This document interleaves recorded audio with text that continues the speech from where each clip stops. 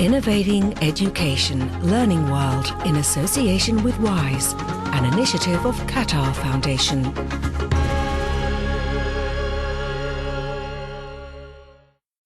Whether it is developing countries or low-income families, it is often very difficult to provide affordable yet quality education.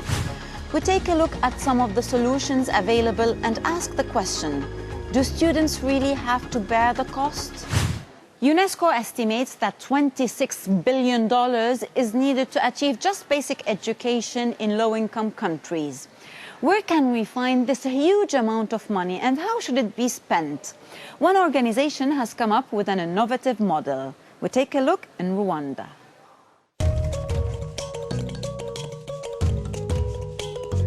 %40 of Rwanda's population live below the poverty line. Jean is a farmer and father of 5, living in the Burera district in the north of the country. He has high hopes for his children.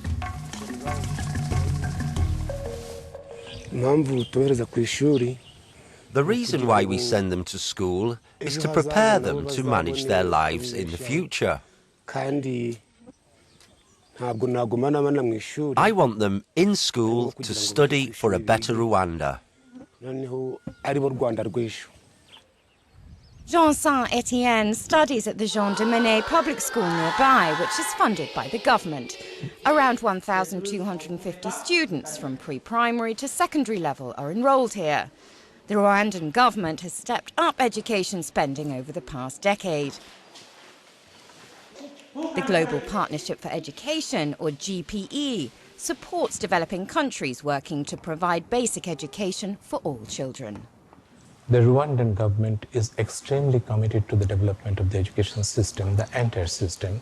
They have developed an education sector strategic plan, which is comprehensive and results-based. The GPE approved a new grant for Rwanda last May, the 4th it's committed to the country over the last decade, of around €15.5 million. Last year, the GPE adopted a new funding model. Applicant countries, like Rwanda, prepare an education plan. If it's accepted, 70% of the grant is paid out. The remaining 30% is conditional on improvements that are made according to the plan. The first element is because it is to measure the learning outcome. The second aspect, it is to focus on data, having the quality disaggregated data so that they can inform us. The new funding model is focusing on the pre-primary education because we believe that early preparation of kids, increasing the level of numeracy and literacy in kids. In Rwanda, the 30% results-based funding is being used to foster early childhood education. This includes training teachers for those crucial early years of learning. At the Karambo Training Centre in Burera, future preschool teachers are learning their profession.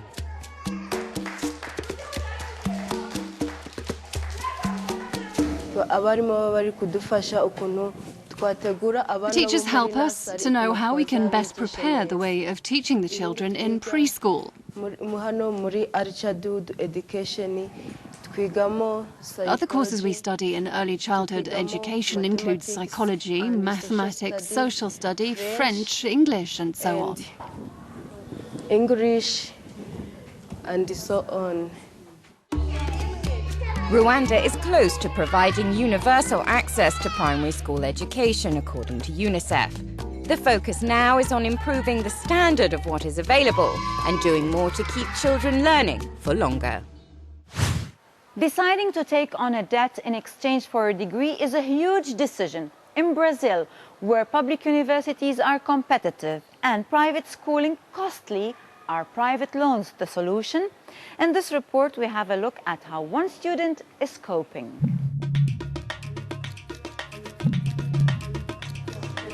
It's the start of another long day for Camilla. This 26-year-old Brazilian woman lives with her parents in Sao Paulo. She divides her time between an internship during the day and law classes at night. Her parents have modest incomes, but she managed to secure a private student loan. Yes, this loan's a very good thing for her because she was struggling to get public financial help. The private loan is much easier and also the interest is as low as the public ones. It's very positive because at the time we couldn't help her. To pay off the loan, Camilla works full-time as a paid intern at a lawyer's office. Before, she worked in tourism, but then she decided she wanted a career change. To make that happen, she studies every night for 4 hours after work. My day-to-day routine's exhausting. I wake up early to go to work. After work, I'm at university, and I have to read and study a lot, so it's very tiring. In Brazil, higher education is expensive, while government support is decreasing due to budget cuts. Thus, more and more students like Camilla are relying on loans from private firms instead.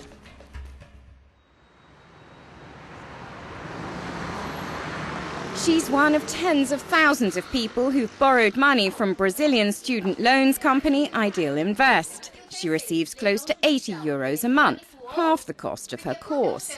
Without this money, Camilla says becoming a lawyer would have remained out of reach. I couldn't take these courses without the loan because of the price. For me, it's too high. The loan makes the payment much easier and means I can do it. Camilla's loan from Ideal Invest is called Prevailer. Her teacher says these types of loans help to motivate students. Students who get financial credit lines, such as Prevailer, are more motivated. Why? Because for them, they need to, and have the will to, be responsible and pay back the money for their own courses. Ideal Invest CEO Carlos Furlan says one of the key benefits of the financing his company offers is the structuring of the repayments. Students can pay half of their course fees after finishing their studies. Furlan says private loans for education in Brazil are absolutely critical to fill the gaps in public funding.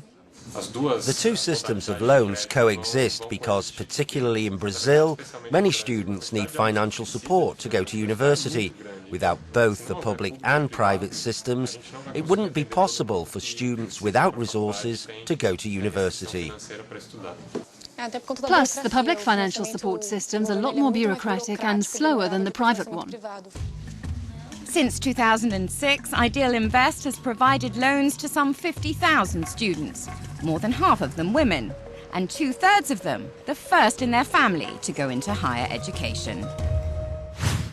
Have you faced any challenges financing your studies? What funding resources did you have access to? Let us know your thoughts on social media. See you again soon. Learning World in association with WISE, an initiative of Qatar Foundation.